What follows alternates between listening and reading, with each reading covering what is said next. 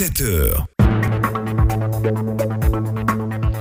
Bonjour à tous et bienvenue à la matinale sur Radio Côte d'Ivoire. C'est donc l'heure de vous informer. Tout de suite, suivez la deuxième session d'information de cette journée composée de la matinale des sports et de l'espace, bien sûr, de notre partenaire des États-Unis d'Amérique. À tout de suite, les articulations de ce journal avec Régis Kofi. Bonjour Régis. Bonjour Rawa Touré, bonjour à toutes et à tous.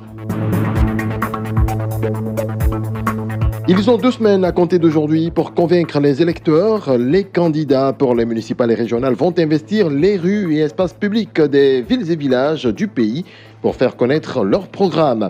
Pour cette campagne, la CEI, Commission électorale indépendante, appelle à l'apaisement. Vous entendrez son président dans ce bulletin. C'est avec des musiques urbaines, notamment celles de DJ à l'oreille, que certains élèves étudient en classe. La faute aux maquis, bars et marchés trop proches des écoles. Nous en parlerons dans notre dossier du jour. Et puis, la justice camerounaise reconnaît l'entreprise Camrail, une filiale du groupe Bolloré, coupable d'homicide involontaire dans l'affaire de la catastrophe ferroviaire DCK. L'accident, on se rappelle, a causé la mort de 79 personnes le 21 octobre 2016. On débute ce journal avec cette information. C'est ce vendredi à 0h qu'a démarré la campagne électorale pour les élections locales. Les candidats aux municipales et régionales ont 2 semaines pour convaincre les électeurs.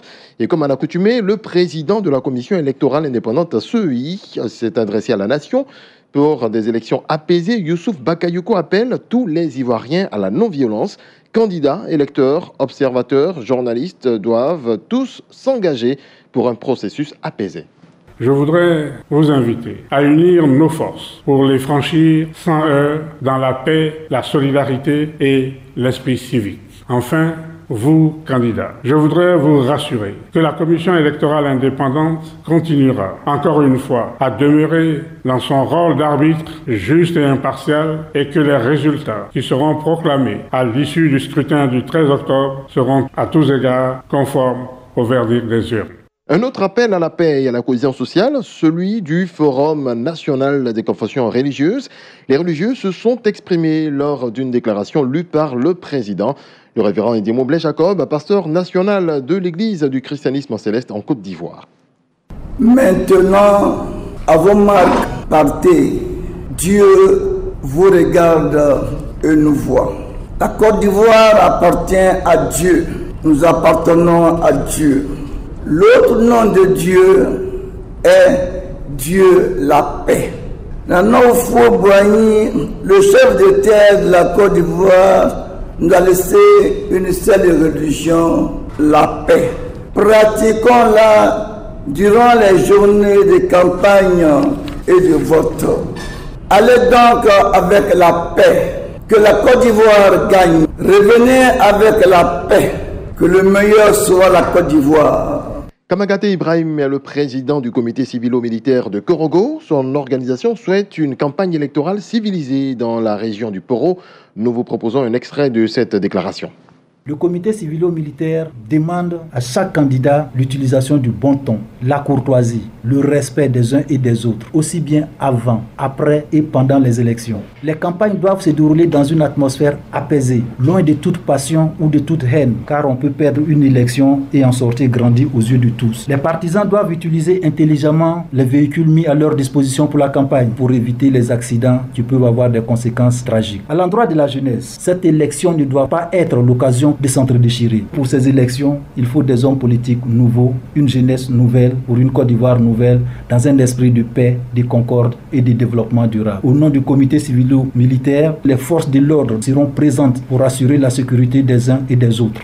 Les forces armées de Côte d'Ivoire, FACI, ont vu leur capacité renforcée en matière de respect des droits de l'homme en période électorale. Placée autour du thème Droits de l'homme et élections 2020, cette initiative de la coordination africaine des droits de l'homme pour les armées CADA vise à outiller les forces de sécurité sur les principes de la justice internationale et sur les droits de l'homme. Cette formation contribue à redorer le blason de notre armée, c'est ce qu'estime le lieutenant Anselme Conan, conseiller juridique du chef d'état-major général des armées.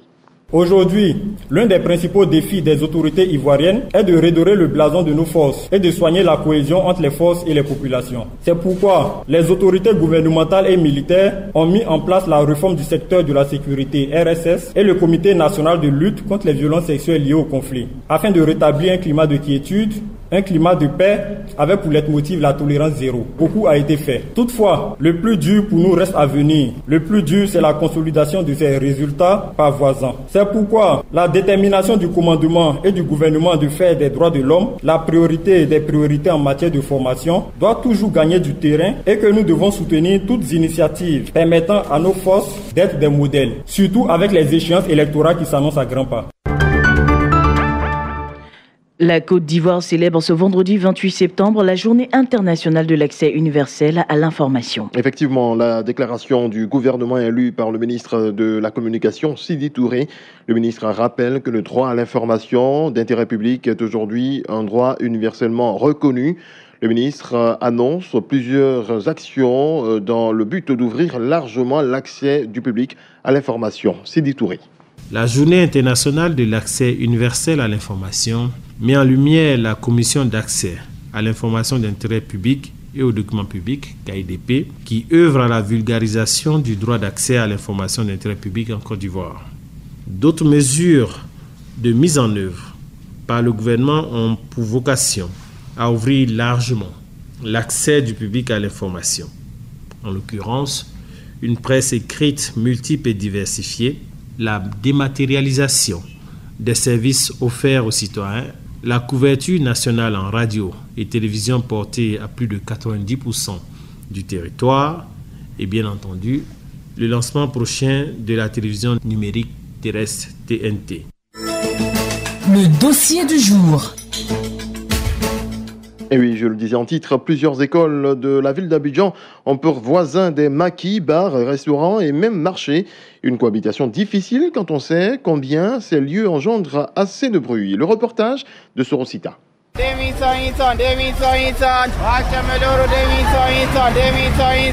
Nous sommes dans l'enceinte du lycée Nangué Abrogoua dans la commune d'Adjamé. Ce bruit que vous entendez provient du marché qui est à proximité du lycée. Et c'est ainsi tous les jours. Le voisinage entre ce collège et le marché est difficile à supporter. Les élèves sont constamment distraits par cette cacophonie des commerçants. Bonsoir Adama. Quand on est en classe, il y a le bruit. On ne peut même pas se concentrer. Tout ça, le procès, on n'attend pas. Surtout quand on met le son à la fois, moi, je ne peux pas résister. Je bouge, je danse. Le professeur, il parle quand il commence à copier au tableau. Donc nous, on continue. On ne peut pas s'empêcher de bouger la tête. Outre ce lycée, il existe plusieurs établissements scolaires qui se trouvent dans la même situation. Le personnel enseignant et les élèves subissent de plein fouet les nuisances sonores qui proviennent des maquis, bars, vendeuses à la criée installées aux abords des salles de cours. À Makori par exemple, une école primaire partage la même clôture qu'un maquis. Il arrive constamment de voir les élèves danser en plein cours dès qu'une musique est distillée. En classe, quand on met une musique qui éveille les sens, tout le monde se met à chanter, ça énerve les professeurs puis s'en vont. Nangué Abrogoua, par exemple, là, quand on fait les cours, les vendeuses, il y a tomates, il y a oignons, petit bagage. Oui, ça fait rire. C'est pas bien, mais d'une part, quand même, musique là, Les nuisances sonores provoquées par ces maquis et bars causent d'énormes difficultés aux élèves. Problèmes de santé, d'environnement et de citoyenneté. Les nuisances nous fatiguent. Le fait que le marché est autour de nous, les gens qui viennent payer, le bruit qu'ils font, vraiment on n'arrive pas à se concentrer. Sana Abdul Karim en 3e 6. Quand je suis assis, je ne suis même pas concentré ici. Pendant les cours, quand je chante par exemple le coupé décalé, ma tête s'en va directement là-bas. Je ne suis plus concentré sur les études. Ce que le professeur, ça ne rentre même pas dans mes oreilles. Les parents se plaignent aussi, mais ils n'ont pas le choix. Il faut bien que l'enfant aille à l'école. Moi, c'est un collège. Les parents d'élèves n'ont pas le choix. L'État doit lutter pour que les enfants évoluent dans de bonnes conditions. Les enfants assimilent quand même les cours pour que demain, ces enfants-là deviennent quand même des responsables de ce pays. Les enseignants sont aussi les victimes de cette situation désagréable. Kwasi Julien, professeur dans un lycée de la place. Souvent, il y a la musique derrière ou alors des palabres qui attirent les enfants pendant que vous êtes en cours. Ça embarque toute une ambiance difficile à gérer. Ça, il faut le dire, ça se répercute sur le travail. La problématique des nuisances sonores en milieu scolaire semble quasi ignorée. Pourtant, comme le constatent tous les acteurs du système éducatif, en subissent les conséquences en attendant qu'une solution soit trouvée. Et voilà, à présent, passons à l'actualité internationale, à commencer par le Cameroun. La justice camerounaise reconnaît l'entreprise Camrail, une filiale du groupe Bolloré, coupable d'homicide involontaire dans l'affaire de la catastrophe ferroviaire DCK. L'affaire remonte au 21 octobre 2016, quand le déraillement d'un train avait fait 79 morts et plusieurs centaines de blessés. Mais ce jeudi, l'entreprise Camrail conteste la décision et évoque une absence d'expertise qualifiée.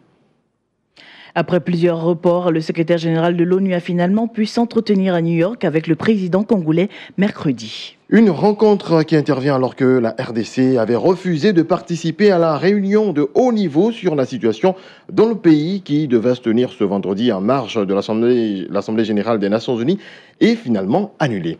Et puis Brett Kavanaugh, le candidat du président américain Donald Trump à la Cour suprême, est désormais accusé d'agression sexuelle par 3 femmes.